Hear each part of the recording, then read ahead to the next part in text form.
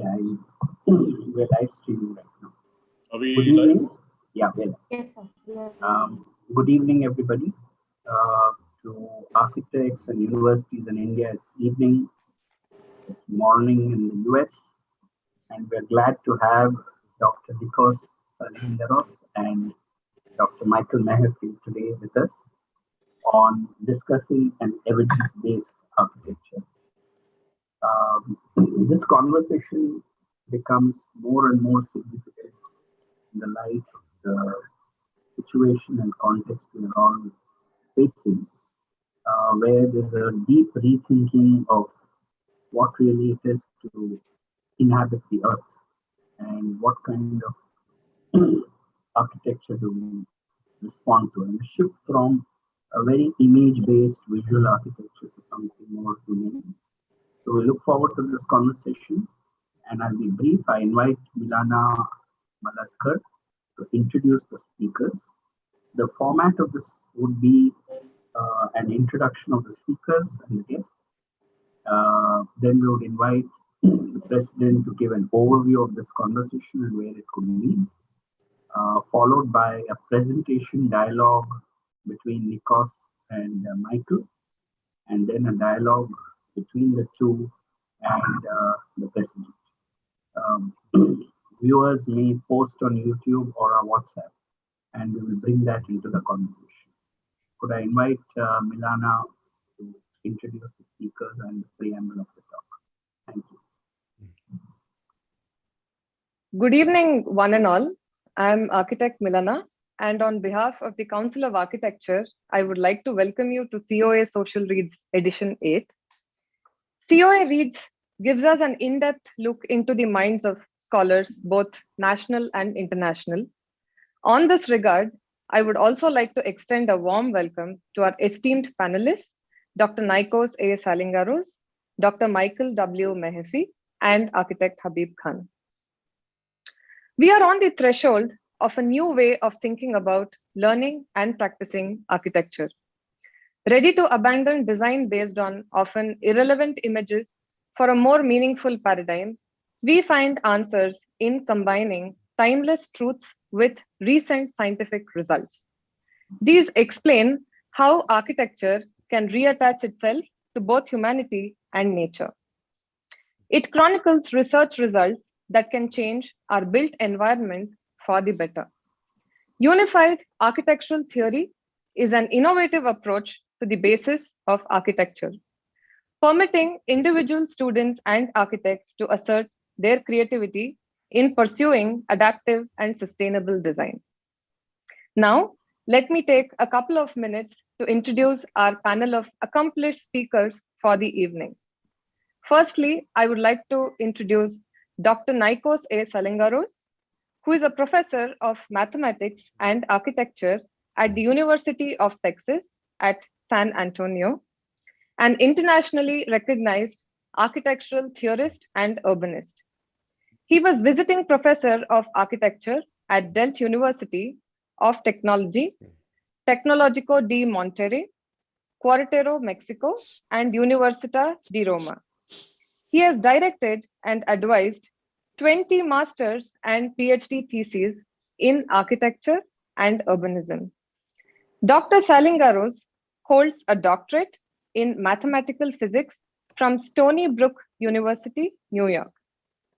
He has published 8 books and over 150 articles in several languages.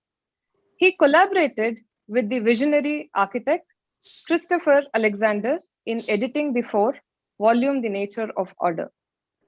Dr. Salingaros won the 2019 Stockholm Cultural Award for Architecture and shared the 2018 Clem Lebin Traditional Building Award with Michael Mehaffy. Dr. Salingaros, I welcome you today for this dialogue. Secondly, I would like to introduce Dr. Michael W. Mehaffy, who is also a PhD holder, is a researcher, author, educator, planner, designer, and builder, who has held appointments in architecture, planning, and philosophy at 7 graduate institutions in 6 countries. He is on the editorial boards of 4 international journals of urban planning and design. He has consulted to governments, businesses, and NGOs, most recently to UN Habitat in development of the new urban agenda. He is currently conducting research at the Center for the Future of Places, KTH Royal Institute of Technology in Stockholm. He holds a PhD in architecture and urban design from Delft University of Technology in Netherlands. Dr. Mehaffy, I welcome you today for the dialogue. Thank you for joining us. Thirdly, I would like to introduce our very own President of Council of Architecture, Architect Habeeb Khan, who has been involved in teaching since the beginning of his career. He has been taking guest lectures and engaging design studios in architectural colleges all over the country, apart from juries and examinations. He is currently the director at Priyadarshini Institute of Architecture and Design Studies at Nagpur and Lokmanya Tilak Institute of Architecture and Design Studies at Mumbai. He has also been nominated by the government of Maharashtra on the Council of Architecture and is currently the president of the Council of Architecture. During his short term, he has been responsible for bringing about radical changes in the working of the council. Architect Habeeb had the standards revised and gazettes after 38 years and is actively working on foreign qualification, new education policy, streamlining and organizing manuals of architectural practice. Under him, the council has opened its doors to all, and the outreach programs have brought in transparency. For the first time, council has a very active presence on social media, which has been used effectively not only to disperse information, but augment it for the fraternity. Architect Habeeb Khan, I welcome you, sir. And now it's over to you to start with the dialogue. Thank you to all the panelists for making time and joining with us for today's dialogue. Over to you, sir. Thank you, Milana. Thank you for the introductions. I bring warm greetings on behalf of the Council of Architecture to both our panelists, to our audience, to our fraternity. Welcome, Nikos, and welcome, Michael, to this, I believe, a very interesting dialogue for the academia and the profession in general.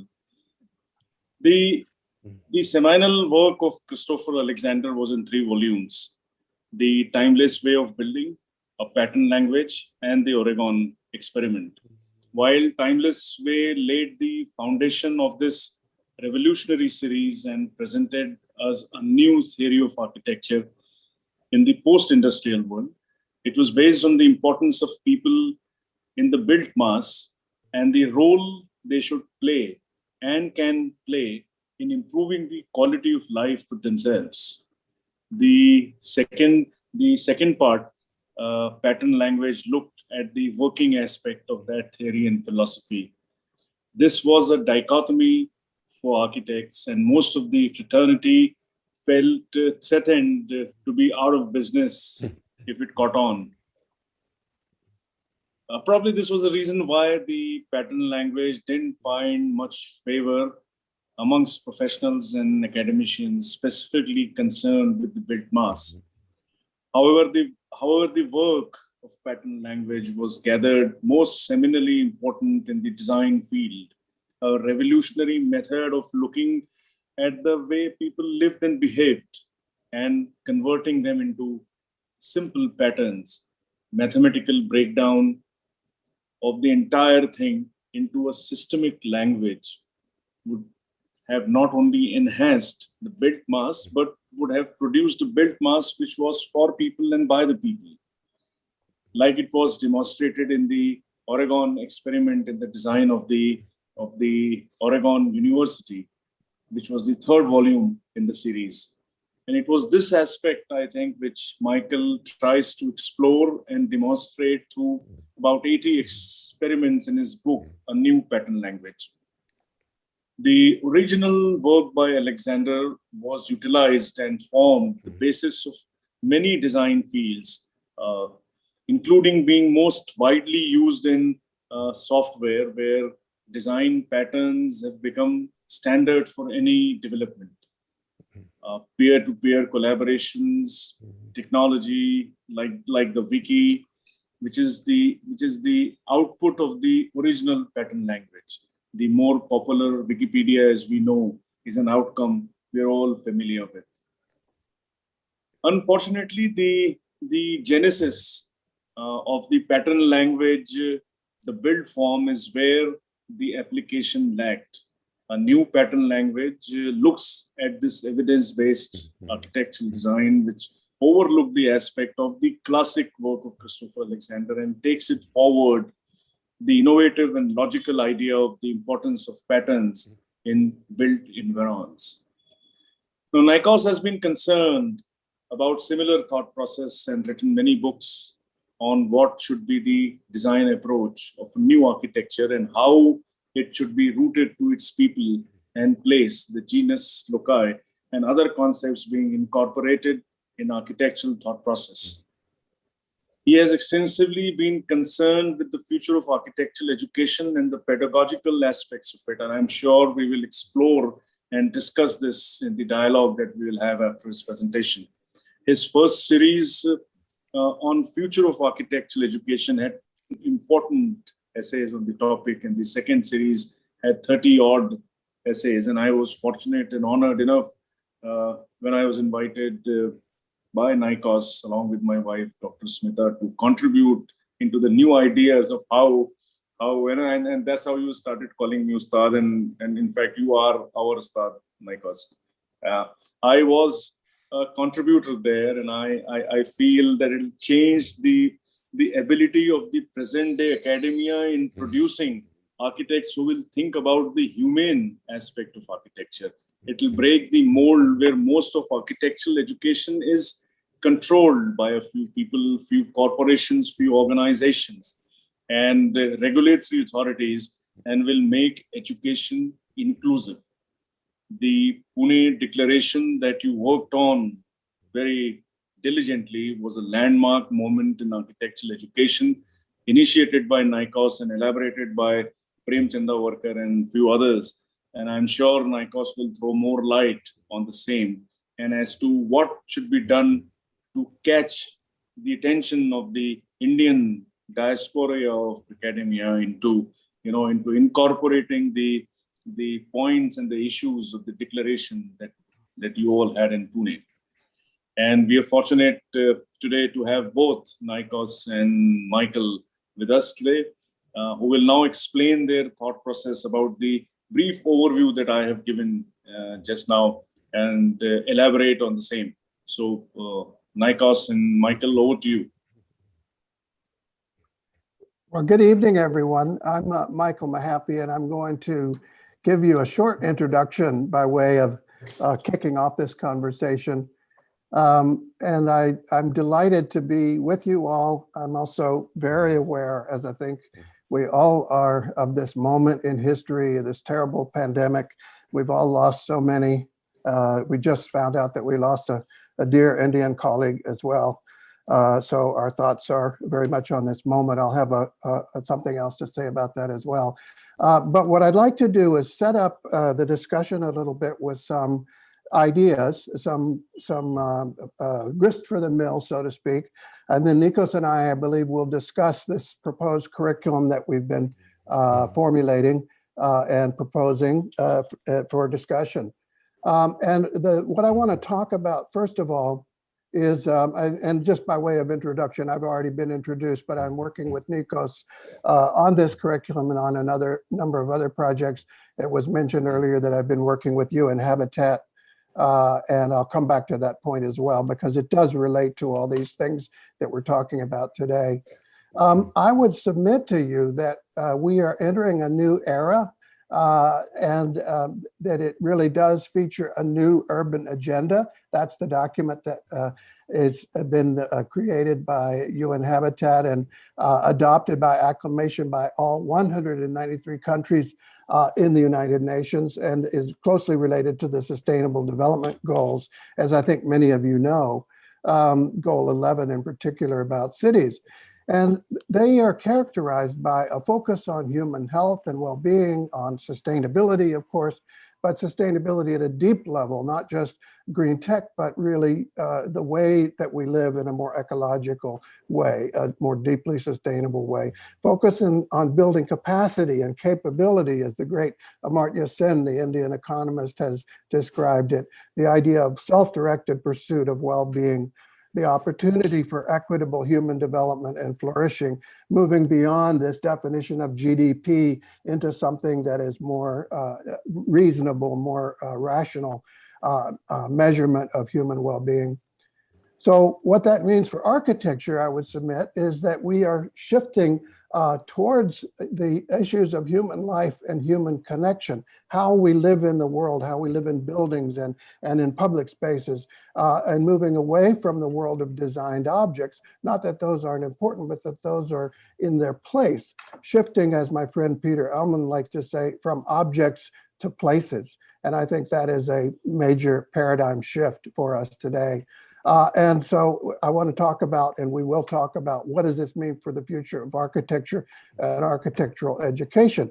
A couple of thoughts about that. First of all, it's certainly a challenge to the sort of business as usual, if you will, the old model that we are serving almost as art supplies, in effect, to commodify these industrial products, to create ever more exuberant and imaginative costumes, as it were, for these industrial products. And it's all about money and getting on magazine covers and so on and so forth. And this, I think, is a corruption. I think we all recognize that. A lot of people are thinking about how do we move beyond this era and into something more genuinely human-centered. And this is, of course, a very old-fashioned model. It goes back to almost a century ago, the ideas of Le Corbusier that we're going to, in effect, visualize the industrial regime with artful compositions of our buildings and our especially automobiles and other systems.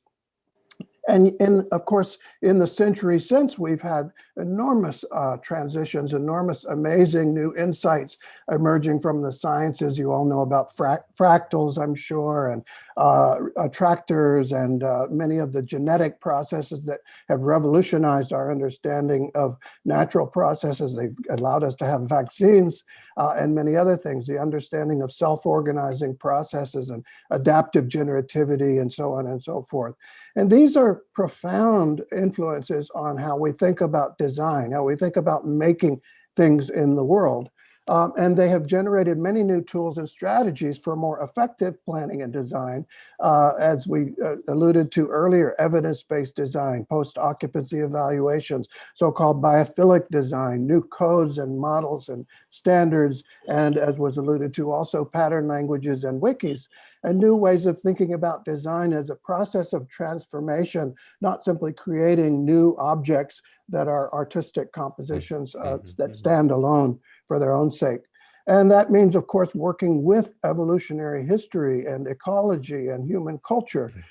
And that is certainly reflected in the new urban agenda, talking about prioritizing renewal and regeneration, retrofitting, cultural heritage, and so on, tangible and intangible heritage, traditional knowledge and the arts, rehabilitating and revitalizing, strengthening social participation, the leveraging of cultural heritage for sustainable development, and so on and so forth. And these are all very important ideas within the new urban agenda as well.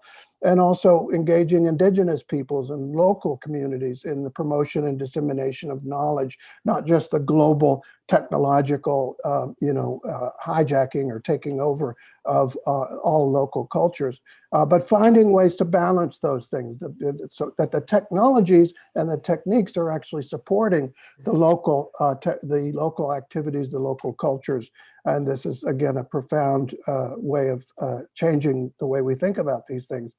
This doesn't mean that there isn't a central place for expressive art and forms. Certainly there is, but its role is to enrich life and not to supplant it. These are examples from our friend Christopher Alexander.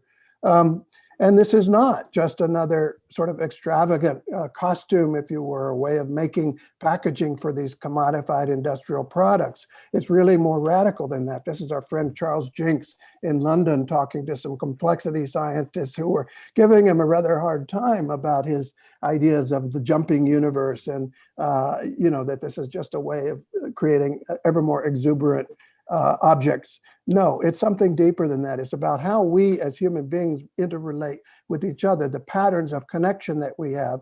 And this goes right to where we are today with the COVID epidemic. How do we connect to one another? Can we do it safely within public space with sociable distancing, or are we forced into connections that are very dangerous, and within buildings where we have elevators and lobbies and so on and so forth? Or are we able to mix and have a more sort of complex adaptive structure of connections? That's very, very important. And the idea that public space is so important. We all recognize that when we're locked down and socially isolating. We need sociable distancing. We need to be able to connect to one another while we can remain safe, which is what public space always does, right? We need to not only connect, but to protect. And we need to have a system that allows us to do that. And so there are many critical thinkers who have helped to define these ideas and translate them into architecture and urban design. Nikos and I have written several books and a number of papers about that. We mentioned Christopher Alexander. You could mention Kevin Lynch, the great Jane Jacobs, many others who have translated many of these scientific insights into the world of architecture and urban design. And I mentioned Christopher Alexander. He's been discussed several times tonight. And this new work, a new pattern language for growing regions, which is about our current challenges of rapid urbanization, taking this rather Bible-like 1977 book, which was rather trapped in that Bible-like form, and opening it up, making it more open source, more able to be shared and used in many different new contexts, as they have done in software. They took the pattern language idea and developed design patterns for software. Wiki was a direct outgrowth of that. Wikipedia was a direct outgrowth of that. Agile methodology, Scrum, many, many different technological innovations have flowed from pattern languages. And yet in architecture, we're really behind the 8 ball. So this is an effort to open up the pattern language and create a new approach. We did it in collaboration with UN Habitat. We launched it at the World Urban Forum just last year. This is Ward Cunningham, the guy who invented Wiki, who was a collaborator on this project, and it was an advisor to Wikipedia and so on. And this is, to us, very exciting. We're taking on new challenges, like what's the form of urbanization in a time of rapid urbanization? How can we get more polycentric regions? How can we get other kinds of geometric properties and properties of connection, like local symmetry, things like fractal patterns I alluded to earlier? How do we incorporate those in a kind of pattern format as a tool, as a design tool, to allow us to think and to act in a more integrated way? And so this is what the actual website, the companion website, looks like. This is the wiki, and it is a repository. It's open source, which means that patterns can be added, they can be edited, they can be adapted, shared, they can do new things, they can do numeric calculations, they can make field measurements and function as apps. Almost any kind of app that you could write for a software for, you could put into this this wiki. And the collections are federated, which means they can be shared among local communities and differentiated and localized to fit those needs, and then shared again with the new patterns emerge in much the same way that Wikipedia has gotten smarter and smarter and more effective over time. And so this is what the homepage looks like if you go onto your desktop and you just go to npl.wiki. You can play with it, and we would love to get your feedback and comments. But again, this is really a project that is open source. It's part of this larger effort that Nikos and I and others have been involved in developing new curriculum, new tools, new ways of thinking about architecture. And I think this is a global movement, and it's very exciting to be part of it.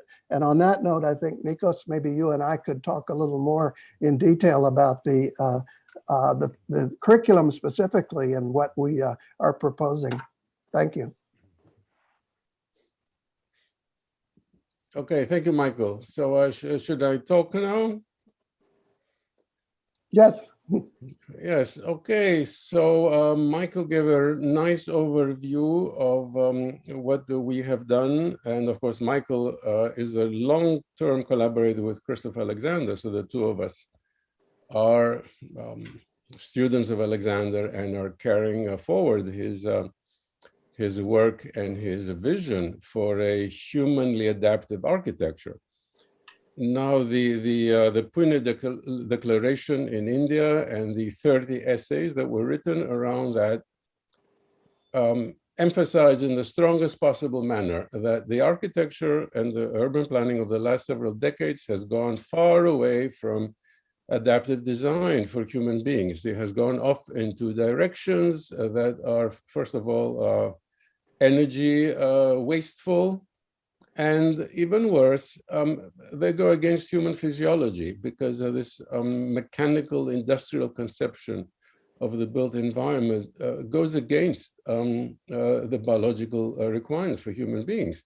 So this has given rise to a often commented separation between what ordinary people like is a human environment, which is pleasing, comfortable, has the right spaces, has the right human dimensions, versus the type of building that architects, contemporary architects like to build, which is the opposite. It goes towards gigantism and inhumanity, extremely expensive, extremely wasteful, uses imported materials, has this global conception of architecture and city building has forced countries into huge imports of oil, especially those countries that have no oil. So this is leading to a catastrophe because of certain architectural ideas. And it is true that these ideas are not implemented by architects. The architects are the willing fools of an industry that likes to make a lot of money from wasting energy, whereas ordinary people, if left to themselves, we like to conserve energy and not consume energy. So we have this dichotomy. So Michael and I have written papers specifically on this topic. The contradiction between what common people want for their environment and what architects are building for common people, even social housing. Social housing tends to be inhuman and have inhuman qualities. It's made only for the profit of a few construction companies that build this housing. So we have this terrible contradiction. And while architects, like in the Pune Declaration and those accompanying essays, architects point this out, but there is a momentum. It's like a train heavily loaded with cargo that is impossible to slow down. So something needs to be done about this, and we are trying in our own small way to help doing this. So we are trying in two ways. One is the publication of books. Michael and I have written books. We have presented these findings, and our books are made easily available. The cost is kept down, and many of the books, like the new pattern language, are free online. In India, especially, our friend Anand Bhatt, who directs architectures, was given, I think, 1/4 of the new patterns free to post on architectures. So architects and students of architecture in India have had access to the pattern language, the new pattern language, even before it was published. And the topic that I wanted to present today is how to change architectural education in India. The Pune Declaration and the accompanying essays were a call, a strong shout by concerned architects and educators in India that something is terribly wrong with the system. Okay, but what is the solution? The solution, of course, is a complete curriculum reform. In a vast place like India, which is mired in bureaucracy, like any other nation, this sounds almost impossible. But Michael and I have an idea. Namely, we have an online course that I have taught this semester at the University of Texas in San Antonio, and because of COVID, it was completely online.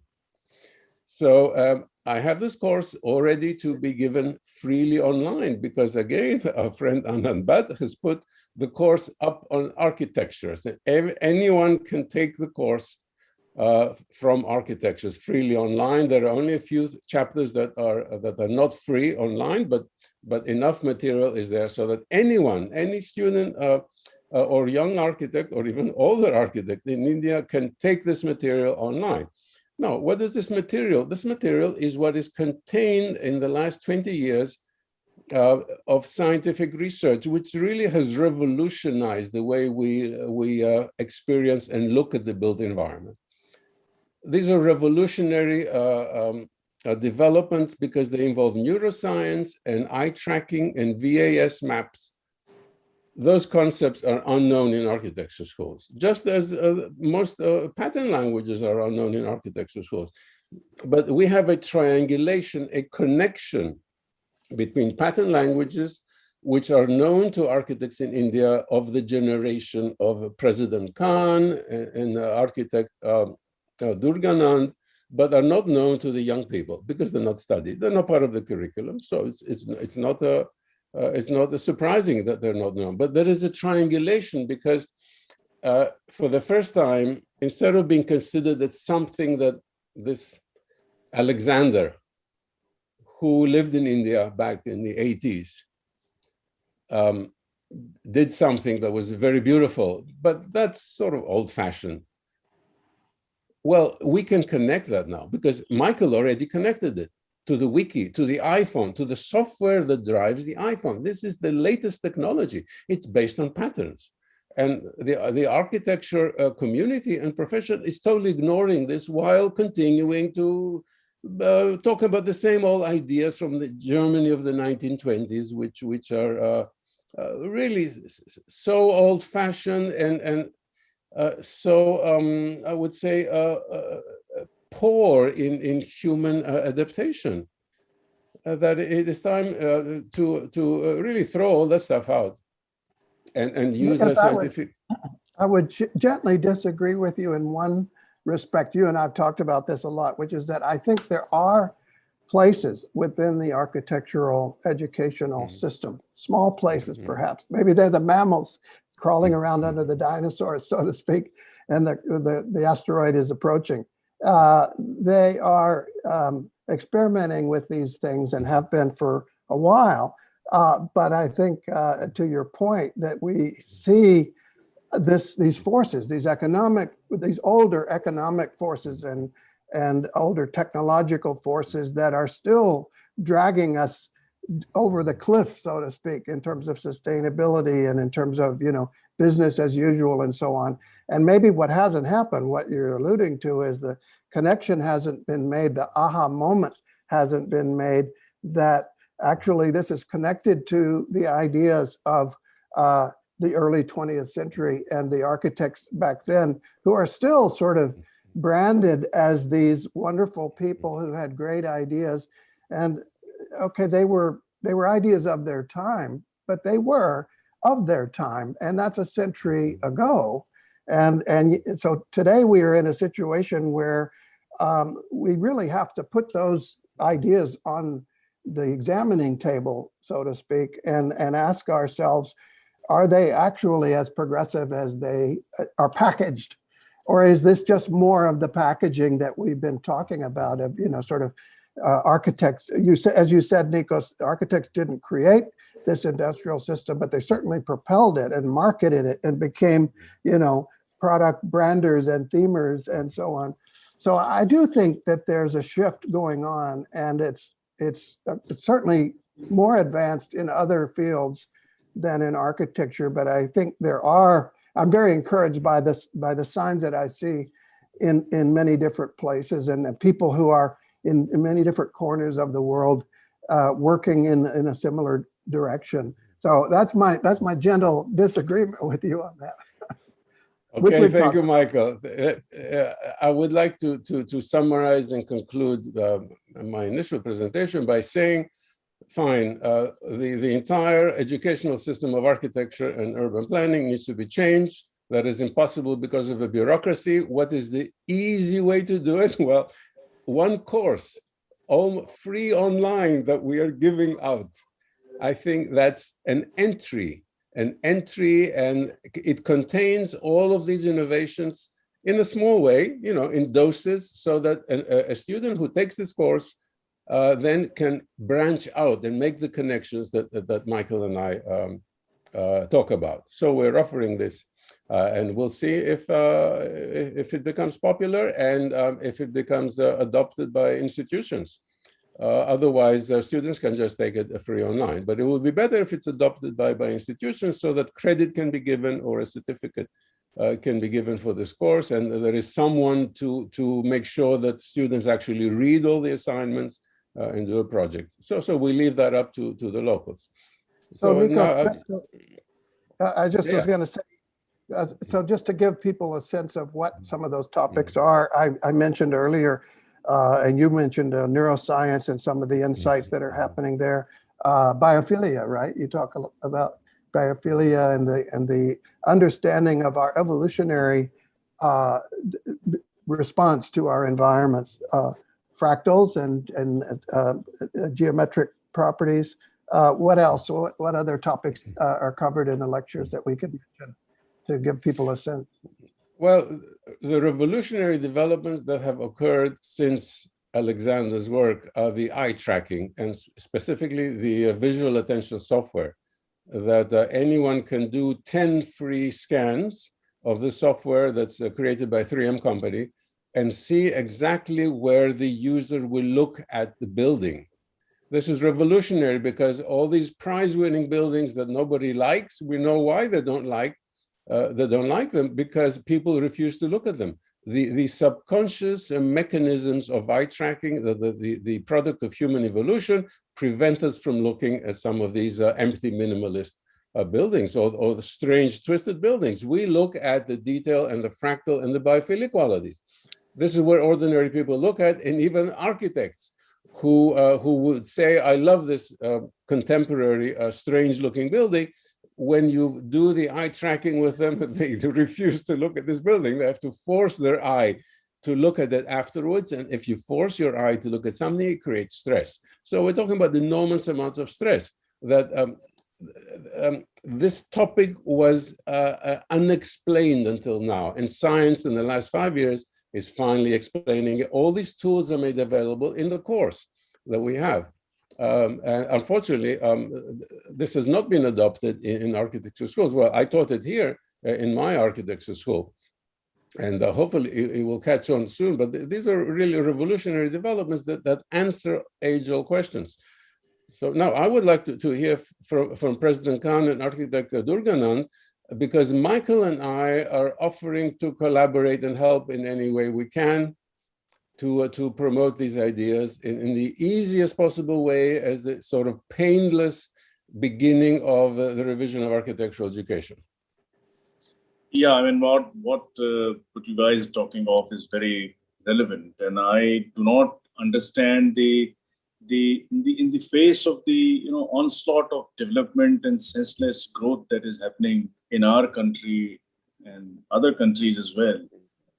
The human-centric aspect of architecture is lost.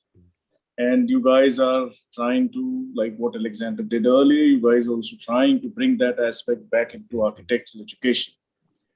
Now, how difficult is it? I mean, I'm asking you questions, and we'll come to the second part of it, how to implement what you guys are talking of and what we need to do in architectural education. But how easy do you think it is to convince a young student and equally young faculty, or faculty which is not sensitized to this aspect and are overwhelmed with the iconism of architecture, the buildings that you're talking of, the twisted or the, whatever kinds of ugly looking buildings, so-called iconic architecture and iconic architects. How do you de-enamor them from this aspect? I wanted to respond also to what Nikos was just saying, because and to answer your question,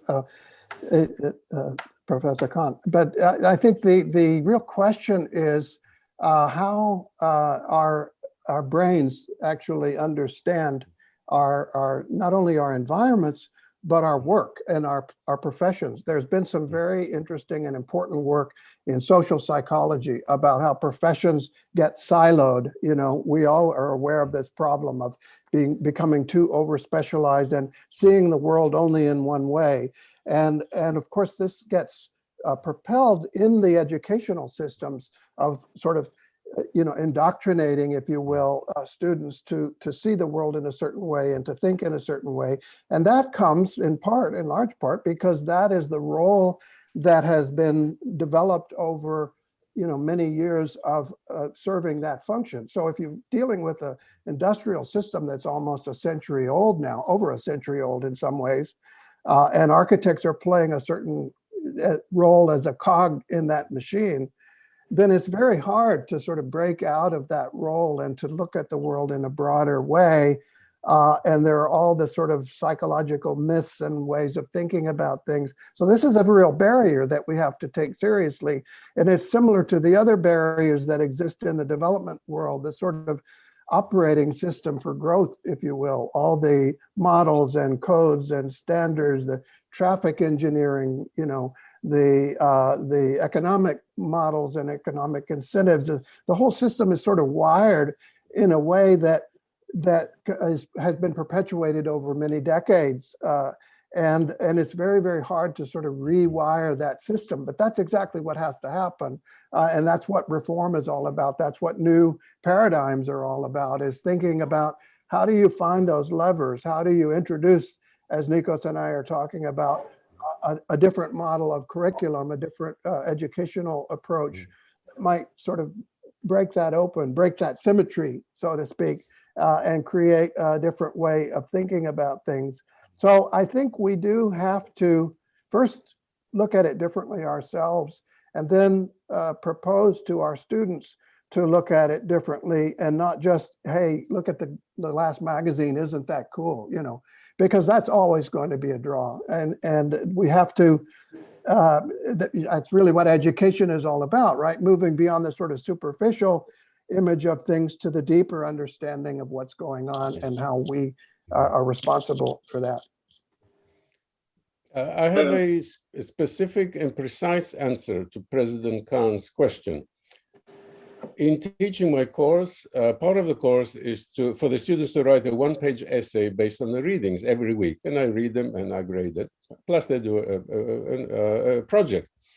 So I have noticed the 100% evolution of all of the students who took my course. They began by saying in their essays, "Oh, this is interesting, but I still like the fashionable architecture, and because it's very exciting." But so, and I watched the revolution around the middle of the semester. They started to say, well, I'm not so sure that I was taught in my previous courses is actually correct, because now I see that I respond to these human scales that I've not noticed before. So thanks to this course, things are clicking that I felt in my own body. And by the end of the course, I had some extraordinary statements by some students who would say, I think that much of what my tutors taught me in studio is really wrong. And now I see that I need to make my career as a professional architect by paying attention to human feelings in the human scale. So to answer your question, President Khan, all of the students in my course had a transformation because of the material. And I try to keep neutral. I just let the material educate my students, and they were totally transformed by the end of the semester, which is right now. This is the end of the semester. It's just very, very heartening to to hear what you're saying. And if the students are getting transformed, so why shouldn't the faculty get transformed? Why shouldn't the teachers get transformed? Isn't it more important for the teachers, the faculty who's actually teaching, to make them learn the entire course and the entire process? Well, it's more important, but it's harder.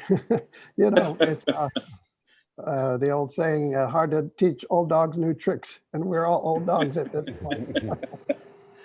No. What I feel, see, I mean, what happens in our country, specifically in our country, is, I mean, you can have discussions, you can have declarations, you can talk of philosophy and concepts and a process and pedagogy and so on and on. But when it comes to actual nuts and bolts, when you come to actual implementation, there are two very important aspects in our country which I think you need to dwell on and discuss. One is the administration of academics. People who are in control, who control academics, or the directors, the heads, the management of institutions, and then is the regulatory authorities. If nothing else, they whip it and say, this is what is to be done. The curriculum changes, the framework of changes is with the regulatory authority, which fortunately or unfortunately I'm heading at the moment.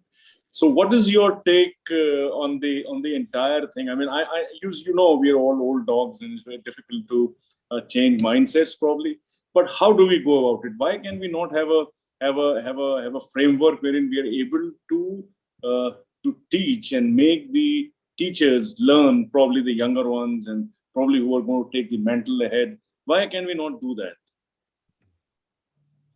I think it's worth trying. I would offer the following suggestion, that the course that we are giving for free be assigned to any institution that wants to teach it, and then some faculty be assigned to it. So even if that faculty is totally hostile to the ideas, the fact of having to teach the students may change the instructor as well as the students by the end of the semester. So maybe yes, maybe no, but it's worth trying. I don't see any other way, but this is a painless way. Well, and it also fits within the bureaucratic system that exists in India. Because if the department head tells a young faculty, I want you to teach this course as exists online in architectures. Well, the faculty may not like the ideas, but they are obliged to teach the material. And hopefully by the end of the semester, there is hope. But that's the only hope we have. This cannot be done by telling all the faculty in the Department of Architecture, from today on, you have to adopt this philosophy and these methods and teach adaptive design. No, you cannot do that. This is totalitarian and it's not going to work anyway. Yes, it's a long process. It's a long process of preparation. I think the other thing is that there are ways of reaching people who are, in a silo or in a psychologically bounded world. We talk about anchoring bias and other things that happen in any profession to some degree. And there is, of course, the idea of the fear of missing out, the idea that there's something else exciting outside of the profession, neuroscience, social psychology, these other fields that are coming up. We talked about mathematics and fractals and symmetry and so on and so forth. These things that could have their own allure and their own enticement for people. The only danger of that is that sometimes what happens is that people just sort of repackage that into the next sort of postmodern exuberant thing. And I talked about our friend Charles Jenks earlier.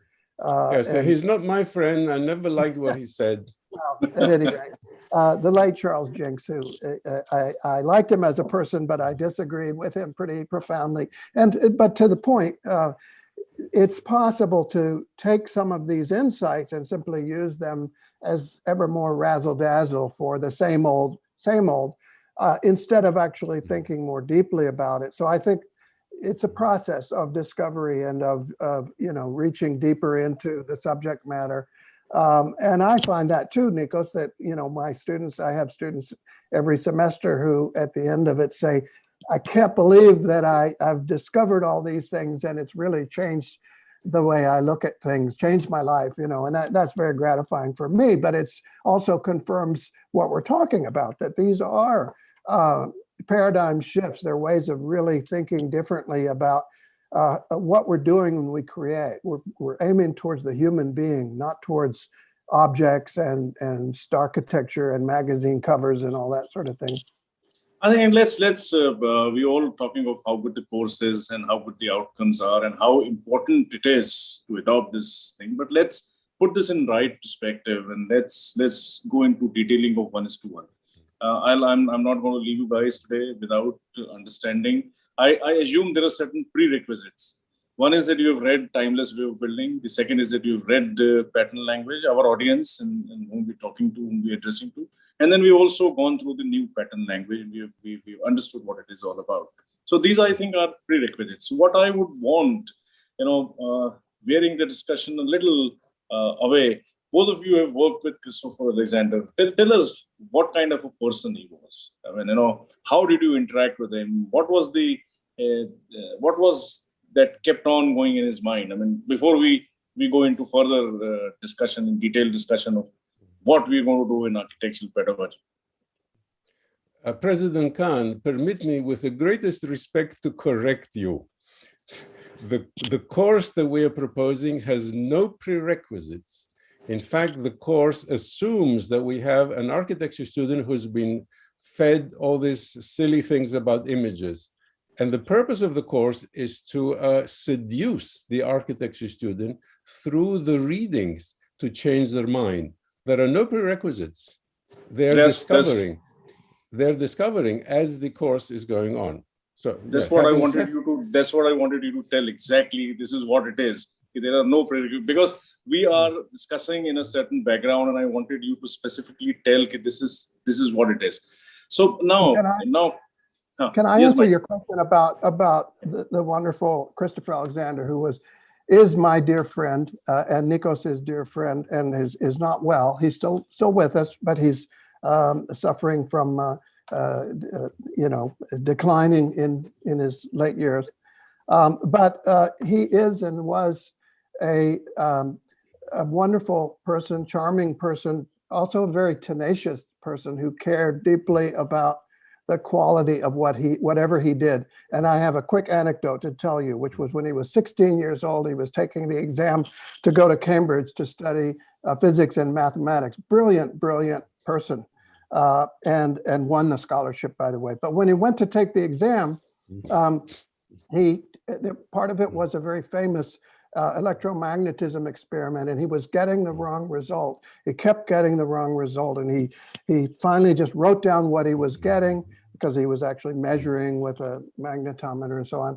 And he turned it in and he went home dejected that he had lost this wonderful opportunity to go study at Cambridge. Later, a couple of weeks later, he was notified that he won the scholarship. And apparently the experiment had been done, or the exam had been done over a large electromagnet in the Cavendish laboratory, which had skewed the results of the experiment. And all of the other students who knew the right answer, and he knew the right answer, had simply said, oh, well, I know the right answer and I'm going to write it down. And only Alexander wrote down what was in fact the right answer, because it was skewed by this electromagnet.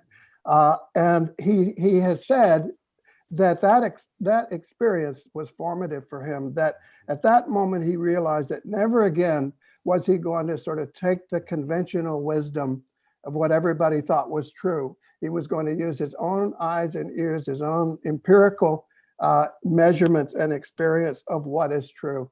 And that set him on a journey that took him deeper and deeper and deeper into what he later called the nature of order, the nature of architecture, the nature of building, the nature of technology, and brought him to where he came and where we all came together. So wonderful person to know and work with.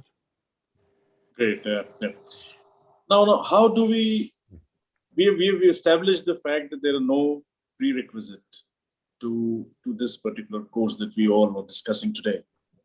I want to ask a basic fundamental question as to how this is going to change the architectural education and the product of the architectural education.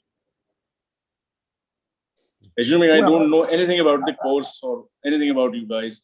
I hope it will. You know, if you think about what the world was like up to 1920 or 1930, I don't think anybody would say, you know, we had a big problem that our buildings were very ugly. We had a big problem that our buildings were unsustainable. We had a big problem that the world we were building was a world of discord and junk. Maybe there was poverty, there was racism, there were many other problems, but ugliness was not a problem. But this idea that we are creating a world of ugliness and that somehow this deeply matters because it's the ugliness is connected to the unsustainability of it and the unhealth of it really in some important way is something that I think we're all slowly reckoning with. That we might create a single object that has certain characteristics that we admire and we share with our friends and whatever. But when we put these all together, it's discord, it's disorder, it's something profoundly unsustainable and unhealthy. And so what if you turn that upside down and you say, what would a world look like if that wasn't the case? That's the world that we want. And we can do it. We can do it. We know we can do it because human beings have done it, and we can see it being done in small ways in various places. And yet we see all these systems that are propelling us forward in these unhealthy directions. And so we have to get hold of those. We have to transform the way the systems work, and including the system of architectural education. Right. So I mean, what I further going into your minds and going deeper into your minds, I would like to ask another fundamental question. Architectural education per se has many subjects over the 10 semesters that a student goes through. And how do you think the methodology that you are devising or you're suggesting incorporates all these varied aspects of architectural education? And how does it affect, let's say we have subjects like acoustics, illumination, we have subjects like services, and so many other subjects, history, culture, arts, and so many other subjects. How do you think your methodology affects all these subjects put together? I mean, pardon me, I'm asking some fundamental basic question as a layman. No, you're not a layman. President Khan, you're president of the Council of Architecture. Please don't pretend to be less important than you are. The course that we are proposing is a minimal intervention in order not to upset the bureaucracy, because I think that it has some chances of being adopted and of being taught and of being assigned to existing faculty to teach.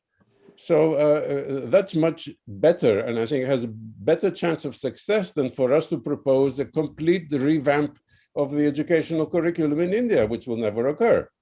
So this is a minimal intervention. Now the course, of course, we praise the course because it contains many of the latest scientific data and links. Well, it links to all the topics that you mentioned, President Khan. Of course, it's not going to replace those topics, but I have found that my students then start to apply what they have learned from this course to their other topics. They reinterpret the history course of architecture in a more adaptive way. They apply the techniques they have done in this course during the semester to their ongoing studio projects. And in fact, some of them wound up educating their other instructors. I didn't tell them to do that, but they said, I applied what I have learned, the techniques in this course, to my studio, and my instructor said, don't do this.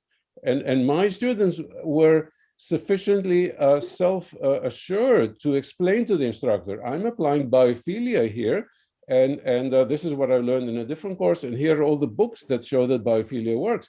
And the instructor was really very interested. So having told them to do a very minimalist studio project, the instructor was learning from my students about biophilia and say, oh, this is very interesting. I've never seen this before. So it touches, so the course touches on many other parts of the curriculum. So I I want think, to add yeah, very, Mike. very briefly, if I may. There are, of course, many other aspects, as you alluded to, President Khan, that eventually would need to be included in a more robust architectural curriculum in the future. And we have been working on a number of those. For example, I was part of a project, a curriculum pilot project with 5 universities in Europe called the European School of Architecture and Urbanism. It was funded by the European Union. And it was bringing students into actual collaborative mentoring relationships on actual projects, getting them sort of out of the studio. Not that studio exercises aren't important, but getting out of the sort of unreal cerebral aspect of that and actually working alongside professionals in real context with real stakeholders and real challenges of what practice is all about, and understanding how to be more focused on the realities and the human factors as well. Another program which we developed for continuing education for professionals in the UK has evolved into a master's program at Oxford University that is in sustainable urbanism. So there are aspects of this that we've been working on of how would these things fit in? How could they work as modular structures? How could you incorporate some of the other educational, the other things that you alluded to? But as Nikos says, this is just sort of the tip of the spear, so to speak. Nikos is very reserved. I have to, he's making my job more difficult. I have to, get deeper into his mind and excavate things out of it. Why, Nikos, why are you so reserved? I mean, I want you to say things which I know you will say, but you're not saying it. I have to ask questions, and then you're answering. So, President Khan, anything you ask, I will answer. Please, I'm here. No, coming to, we are running 2 parallel kind of discussions. I'm also trying to get our audience benefited by the presence of you too. I'm sure you would have heard of this concept growth, and you also touched few aspects of that. Very quickly, in a minute, if you could tell how the concept of degrowth could be used for the benefit of optimizing resources in architectural education and architectural product. Well, I will take the first stab at this. Degrowth goes along with valuing the human being and the environment created for human beings and devaluing unsustainable growth for the profit of some elite and multinational corporations. But I think fighting it head on is impossible because we are a few academics fighting global trillions of dollars. And I'm sorry to say, backed by political corruption and a lot of money. However, it is possible to make inroads by forming the mind of the student, bringing the mind of the student down from the mega projects that are flashy and are shown on the television to the scale of the common people, to include and to validate the spontaneous building. And Michael and I have written on this, the spontaneous building that occurs, that there is the majority of the construction throughout the entire world that is not validated, that it is totally condemned, so that people can go in and make huge projects which are terrible for the inhabitants. So I think that an advantage of waking up the student's mind to the human scale and to the individual is the first step towards confronting this enormous problem that you mentioned, President Khan. I think the other point to add to that is that there's growth and there's growth, right? There's in the natural world. The natural world is full of growth that can be sustainable, and yet what we're talking about in human terms is a toxic growth that is not sustainable. And so if we think about degrowth as a process of shifting our forms of growth into the growth of human beings and human development, human culture, human richness, And I mentioned Amartya Sen earlier, the great economist who talked about capability and about giving people more life chances and more opportunities for human flourishing. That kind of growth we can embrace, but it needs to be tempered with the, the bounds of the natural ecosystems that we all depend upon and the resources that we all depend upon. And that is not really a difficult thing in principle to deal with.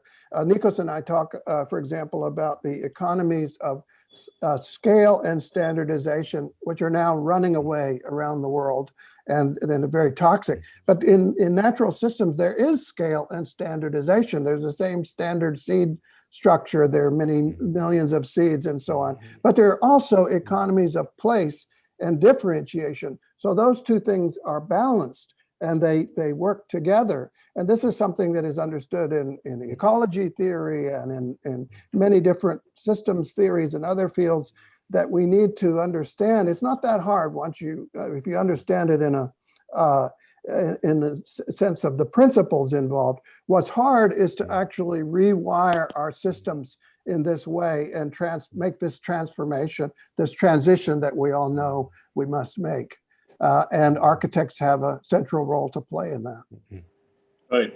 And now coming back to what you guys just discussed in the presentation earlier, where we talked of evidence-based design, we talked of post-occupancy evaluation, biophilic design, and how it enhances the entire learning process for the student as well as the faculty. Can you briefly tell us more about it? The interrelationship of and the importance of post-occupancy evaluation in the entire learning process of how to build good and how to build humanely sensitive buildings or built environments. How does post-occupancy evaluation and these things go together? Well, it's very simply a matter of feedback cycles, right? That you pay attention and you learn from your mistakes, which is a basic idea in most fields. But often it's not a basic idea in architecture because our profession has become sort of centered in the world of making razzle-dazzle packaging. And so it doesn't matter that we learn from our mistakes because we're on to the next thing. And then we say, no, we don't do that anymore. We're on to the next thing. So we don't learn from our mistakes. We don't learn from the human-centered understanding of what we are doing. There's something, I mentioned social psychology, and there's something called construal level theory, which is about it. The more removed you are from the reality of a situation, the more you must insert your own construals, your own professional prerogatives and suppositions and so on. And the more you're going to make mistakes from a human point of view, because you're not learning, you're not adapting, you're in a very sort of crude,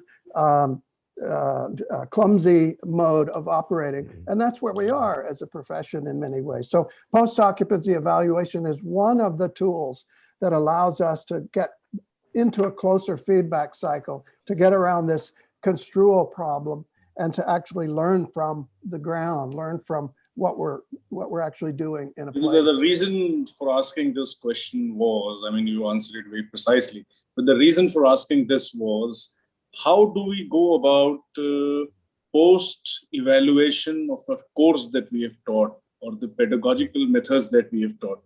How important it is in architectural education, and do you recommend or do you suggest a certain methodology like we have post-occupancy evaluation methodology? Do you have any methodologies or a framework to evaluate a course which has been already taught or needs to be, what is your take on it, both of you? Well, that is pretty well developed in education. Go ahead, Nikos. First of all, I want to disagree with post-occupancy evaluation. I never refer to it in my course for the precise reason that it is never applied. For the last 100 years, whoever has done post-occupancy evaluation has found that very famous buildings are totally useless as living environments, and therefore no architect wants a post-occupancy evaluation of their building. And anyway, it is not helpful after a building is built and the money is spent to do a post-occupancy evaluation and to find out that it is a terrible living environment does not help anybody. So the only thing someone can do is to suppress the information. What I emphasize is a pre-evaluation before the building is built. So the course that we are offering allows someone to do a very accurate evaluation before anything has been built. Okay, so That's maybe very we make. important too. I It's agree with extremely you there, important. Nico. So if we follow these guidelines, these are design guidelines and test using the visual attention software and all the biophilia indices and all of it, Christopher Alexander's, we have actually numerical estimates, and we put the numerical estimates and we make the estimates, and that's a pretty good indication that the building will be good. Okay, so the building will be bad only if we make a few mistakes, but it's not going to be completely bad. Whereas if you go without any of these guidelines, everything is up to chance. So after the building is up and you do a post-occupancy evaluation, it is too late. So Right, I agree with you that that's a crude tool, and it's not the only one that you should use. I gently It's not the disagree only with one. you Yes. that it But is. how about It is how not about useful. Nikos? But to answer your question, President Khan, I do think that evaluating educational outcomes is very important. And of course, there are many methodologies nowadays to do that. And I think, you know, I tend to take the approach of a suite of tools, you know, a tool belt, if you will, that we can use different tools. And so post-occupancy evaluation is one of those, not the only one, and it can be misused and used too crudely. I agree with Nikos on that point, but also, you know, feedback from the students, evaluation of not only how the students evaluate the course, but how they do in their careers. And that's a very interesting thing that isn't often looked at, you know, how, you know, there are so many schools that essentially teach students to become starchitects, and the number of them that's actually going to make that successful transition is minuscule. So in effect, you're selling them on a kind of Ponzi scheme or a, you know, a con that they're going to become starchitects, and actually they're not. They're going to. I would like you, Michael, just repeat it again. I would like you to repeat this again. Repeat this again very firmly and very right. in So bold.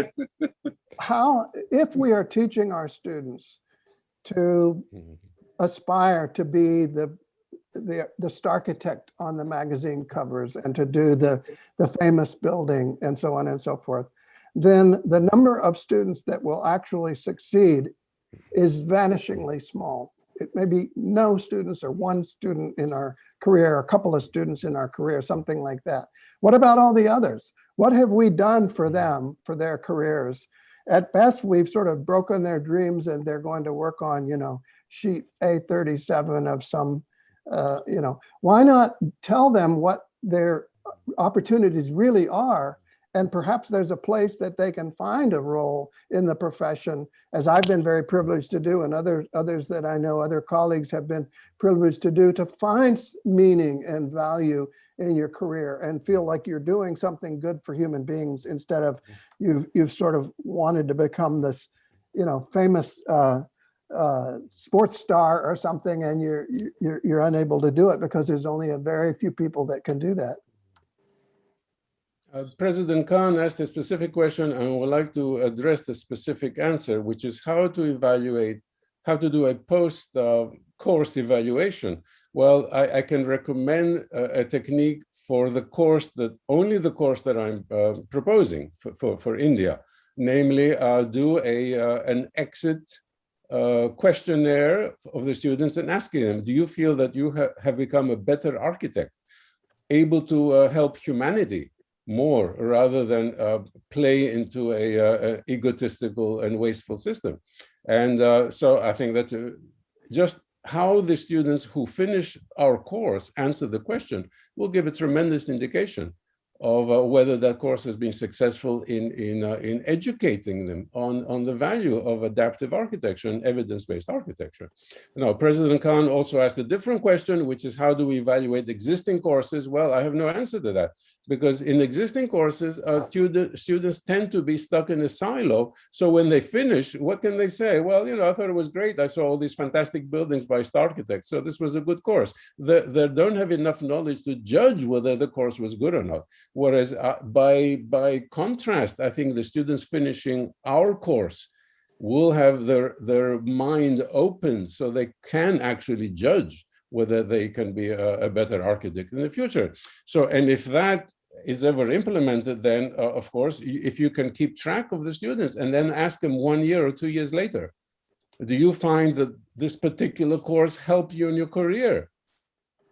It's a matter of statistics, keeping in touch with the students.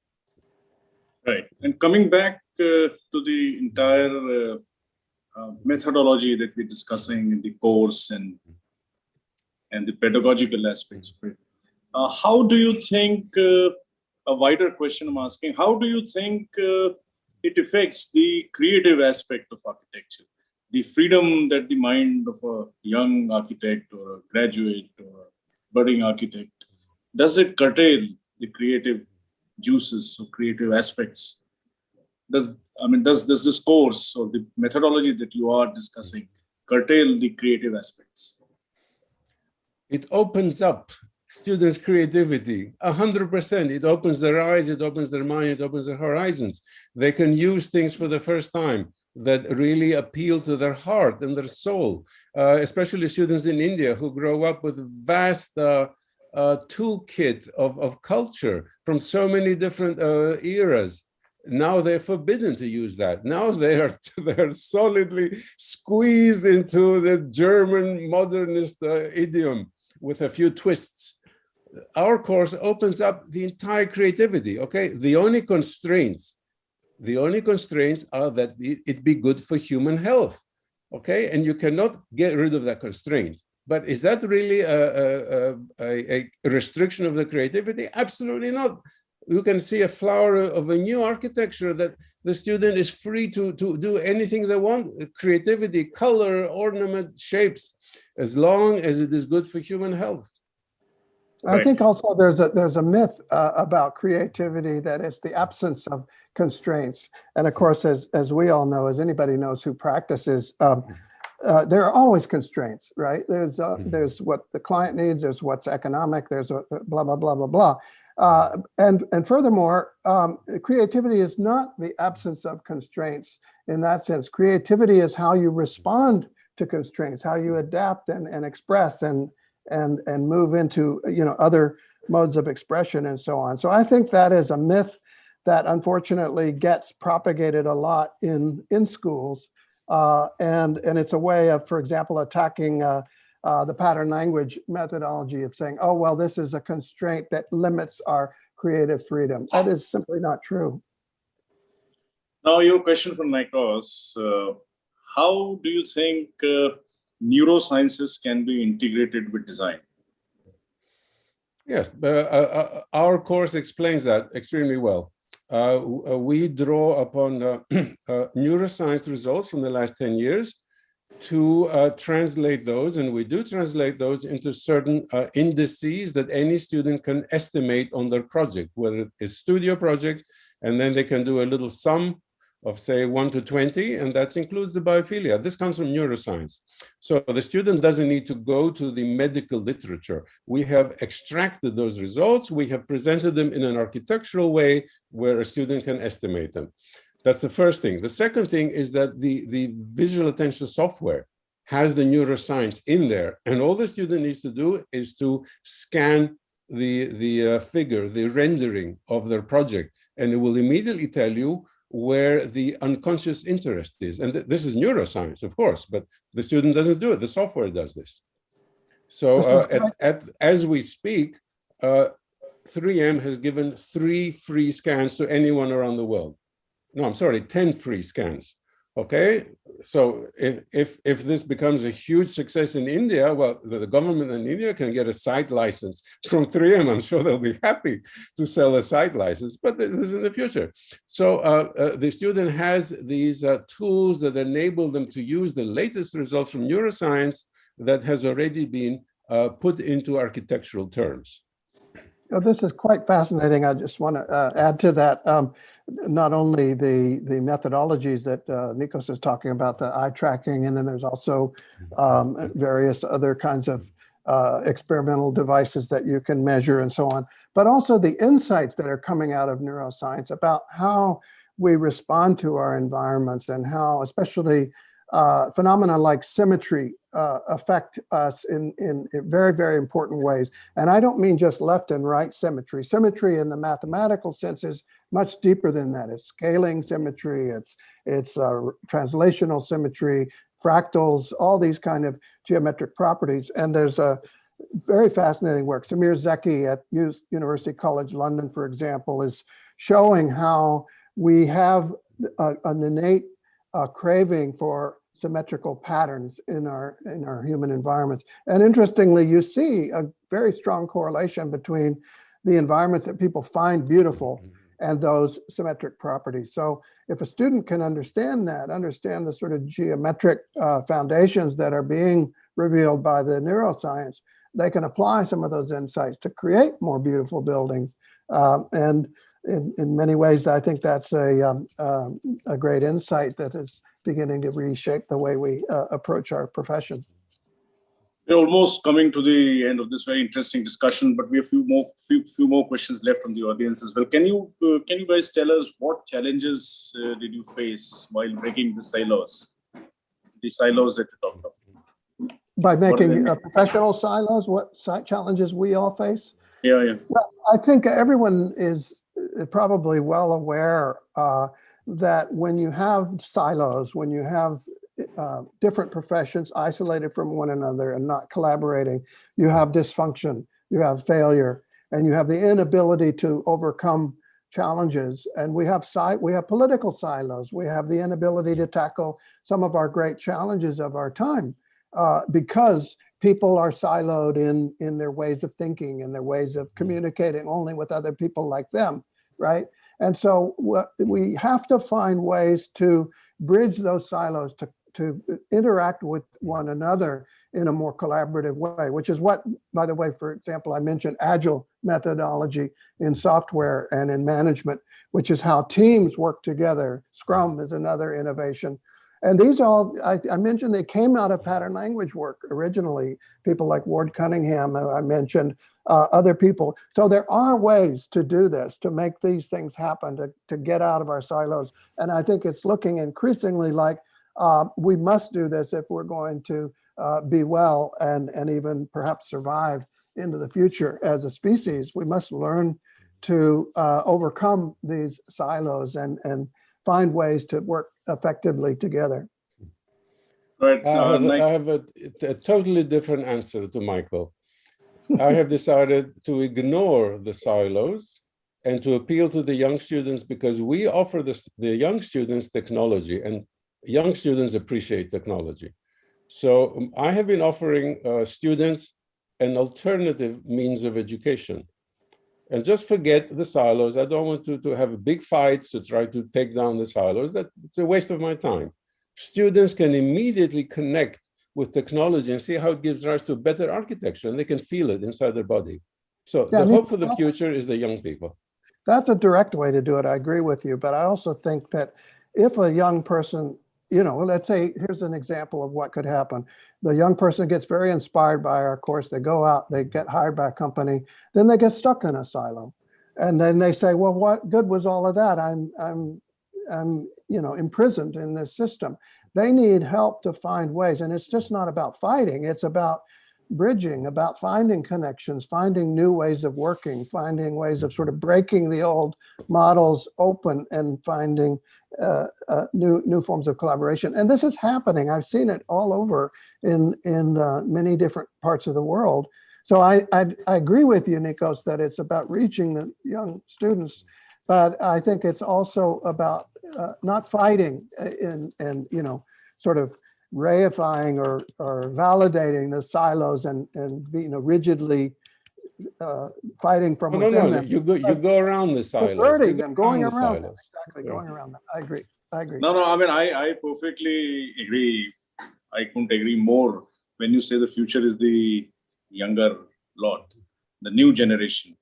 How does your course address to retain the interest of the younger generation who are more tech savvy, more software oriented, more software? How does your course, this is out of the turn question, but I'm just asking, how does your course address the interest of the younger lot?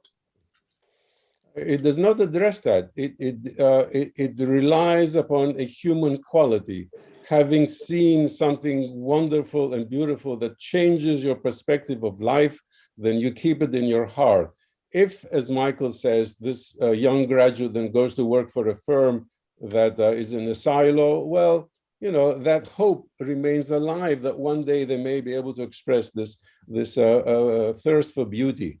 But I think once someone has been shown something absolutely gorgeous and it's a life-forming experience, they're not going to forget it.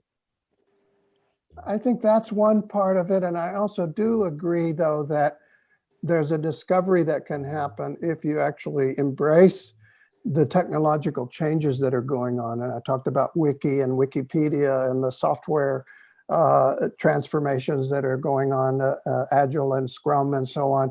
And I think this is something that a lot of people are very excited by, a lot of young people, as they go into the tech world, and they say, well, it's not just about sort of tinker toy technology. We have to get not just the high tech, but the high touch. We have to, this was something that Steve Jobs talked about a lot, for example, and was a fan of Alexander. And so there are the roots of changes going on in the technology today that any young person can explore and get excited by, that lead right back to all these things we're talking about. We have a question from Nikos. How did you shift from fractal studies to pattern language to biophilic urbanism? Because they're all connected. They're all connected. There is a toolkit of the structure of matter that Christopher Alexander very nicely presented, even though when he was writing, he used different terms than the ones we use today, but he envisioned all of this and he cataloged it. So we have several tools that are all interrelated. We have fractals, we have neuroscience, we have biophilia, we have scaling, we have deep symmetries. We have all of these toolkits that are connected because they are found in the structure of the universe. So this is the amazing thing that Christopher showed. This is pre-human, pre-life on Earth.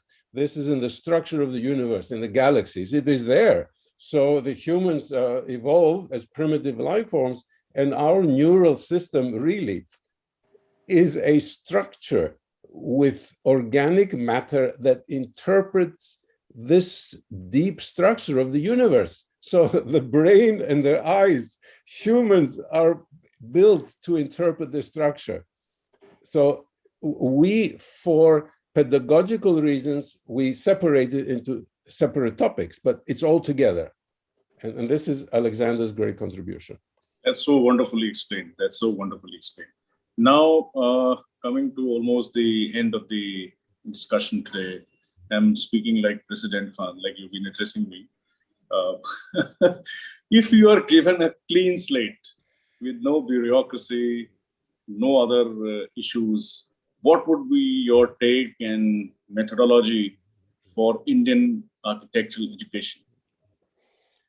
Yes, well, I'm ready to, I have everything planned. Okay, begin with this course that we're offering for free, and then Michael and I can introduce further courses that are allied, because there is a second semester to this course that I taught several years ago, using volume 2 of Christopher Alexander's The Nature of Order. I have taught a course on urban planning, which is extremely important for India. Okay, we can immediately implement that. Michael has taught his course on urban planning using patterns. So we have 3 or 4 courses we can immediately implement. Now that is as far as the implementation of a particular course is concerned. But my concern was, what do you advise the Indian architectural scene? You're very well aware of the scenario that exists in the academic circles in India. What is your advice? What should we do to improve the quality of education? Well, I would like to suggest that we're not stakeholders there. We're colleagues and friends with our own communities, but we are part of a larger global community in the profession. And I think we all have to work together to reassess where we are and what steps we need to take to reform our professional practice. There are a number of charters and declarations that begin to map this out. The Pune Declaration, there's the Viseu Declaration on Architectural Education that was done some years ago in Portugal. There are a number of these that I think have begun to map this out. And I think we all need to continue this work, push it forward in the Council of Architecture and in the other organizations that we're all involved in as stakeholders, and begin to address really the crisis of relevance of architecture, that we need to not only be relevant, we need to be leaders in finding human solutions to the challenges for all of us ahead. But let me add, President Khan, that you contributed a wonderful essay to a group of about 30 essays that accompanied the Pune Declaration. There is enough, and half of those essays are written by professionals in India. So there is enough material there to completely have an overhaul of Indian education, architectural education. So it is not, the material is there. It is has to be implemented, and you have to go through the bureaucracy, and people have to agree, and there's going to be some fights because people want to continue to teach Bauhaus minimalist modernism, which is totally inappropriate for India. But the material is there, and some people who are concerned, educators and professionals in India, are well placed in order to do that. Okay, we are ready to help, but as Michael says, we're not the stakeholders. We're ready to help, but there's a lot of work that needs to be done locally. Right, there's another question from Nikos, which has come on my personal chat. When Nikos is there, how can we not discuss the theory of architecture? Your book on theory of architecture. Yes, so just few minutes, few minutes on it. Yeah. Well, the theory of architecture is a separate course that I'm not proposing, because even though the theory of architecture, which is my older book, has been chosen in England to be the most important theory of architecture textbook.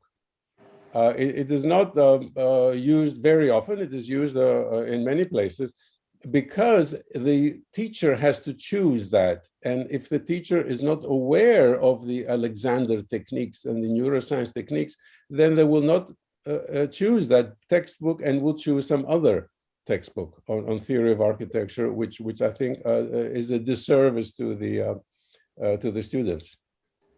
Someone also asked on the chat where they could download the new pattern language book, not just the wiki.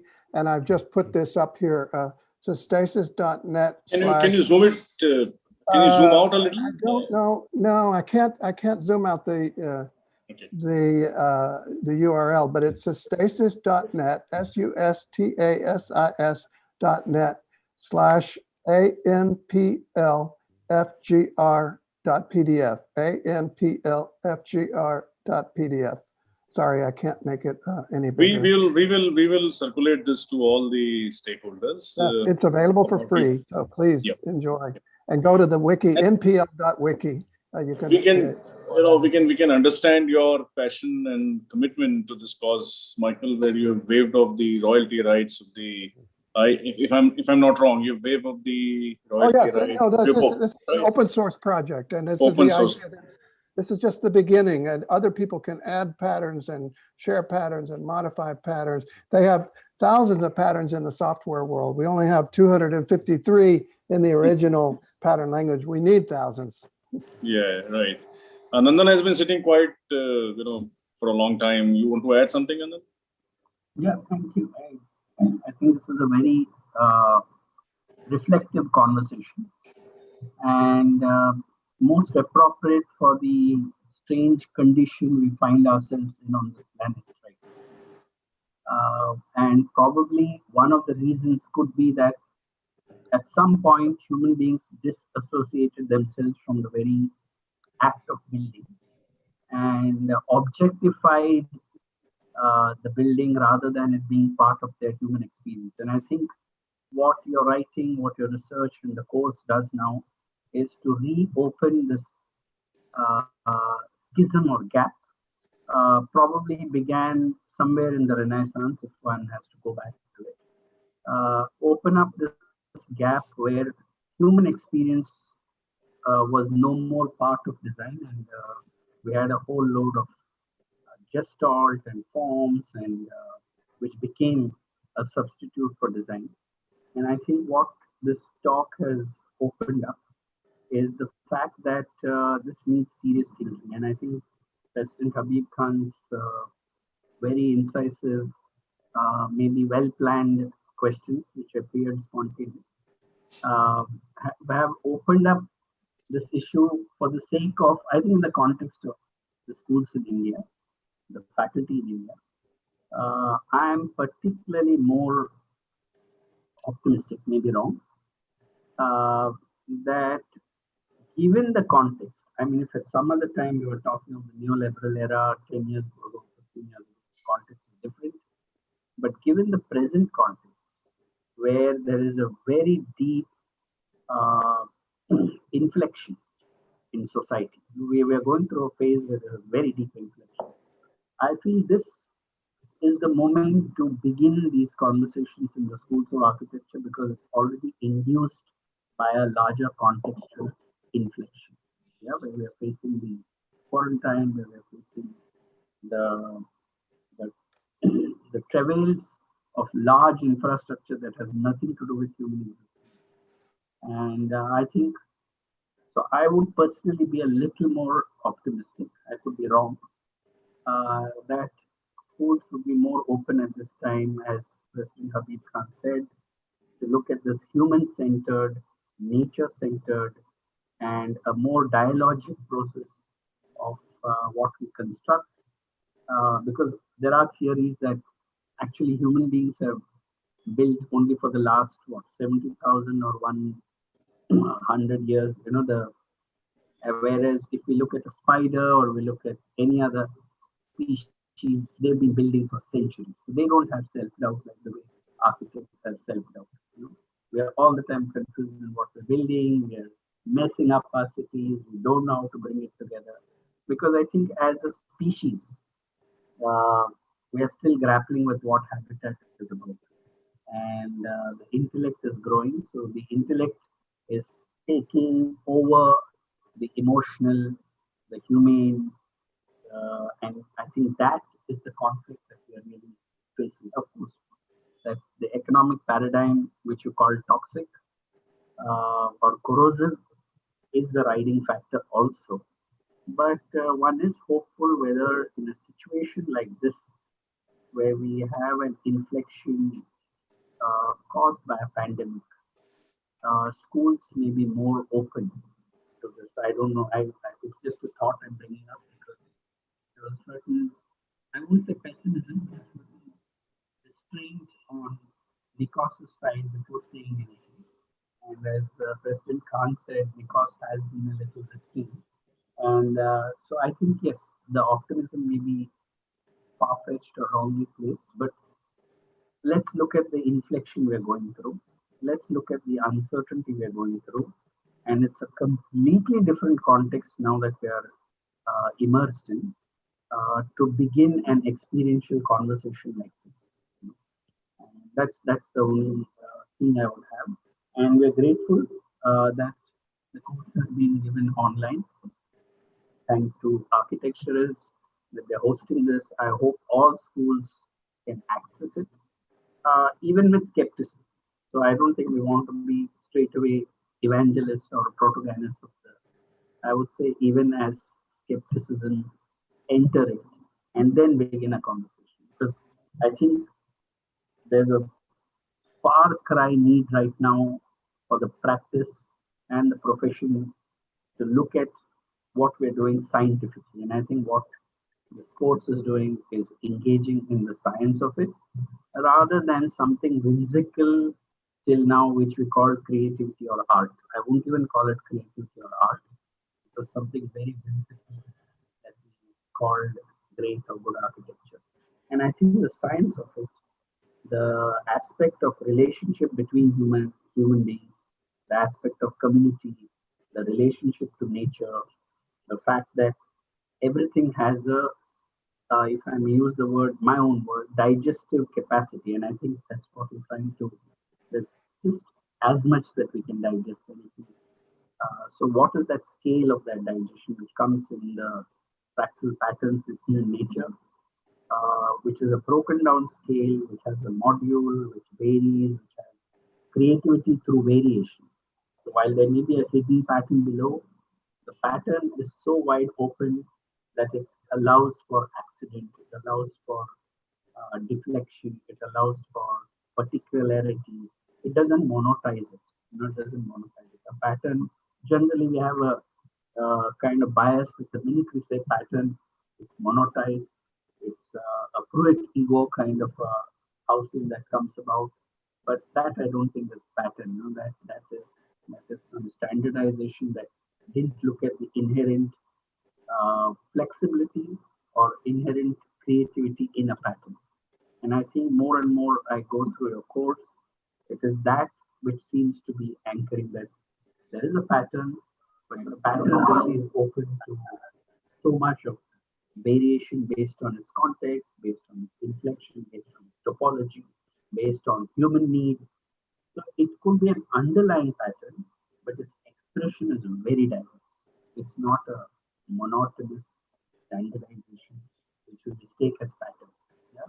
Right. I don't know whether I'm kind of paraphrasing it right, because Michael Khan can rephrase it. But this is what I condensed from this conversation, and I'm thankful to. All right, thank you, Nandan. And let me tell both of you that we at the council are opening up, and we're trying to circumvent the bureaucracy to a certain extent, that there's no bureaucracy left anymore. We are reaching out, we are being more transparent, and we are not going to leave you so soon. We're going to catch you soon, and we want your advice, we want your guidance. And because we want to hold hands with our institutes, we want to bring them up. We want to tell them that we're on the same side of the table. We are not on the other side of the table, even though we are a regulatory authority. We're going to bridge the gap that exists between the profession and academia at the moment. And I'm sure this is one method that we've discussed today. And we're looking forward to your contribution in whichever and whatever way you could, to hold hands and improve the quality of architectural education in our country, and improve the quality of life of our citizens by producing meaningful built mass, sensitive, humane built mass that we've all discussed today. That exists between the profession and I would like to thank both of you, Nikos and Michael, for being here with us today and enlightening us in this difficult times. And my thought and my prayers go to those who are struggling in this pandemic, and condolences from the bottom of my heart to those whom we have lost. And this is a way of keeping positive in these difficult times, wherein we still give a message that life goes on and we're looking ahead of what is to be done. This is the positivity that we all should have in these difficult times, and that's why we're having this discussion. And Milana, thank you so much for introducing and doing the honors for us today. And thank you, Nandan, for facilitating this entire discussion.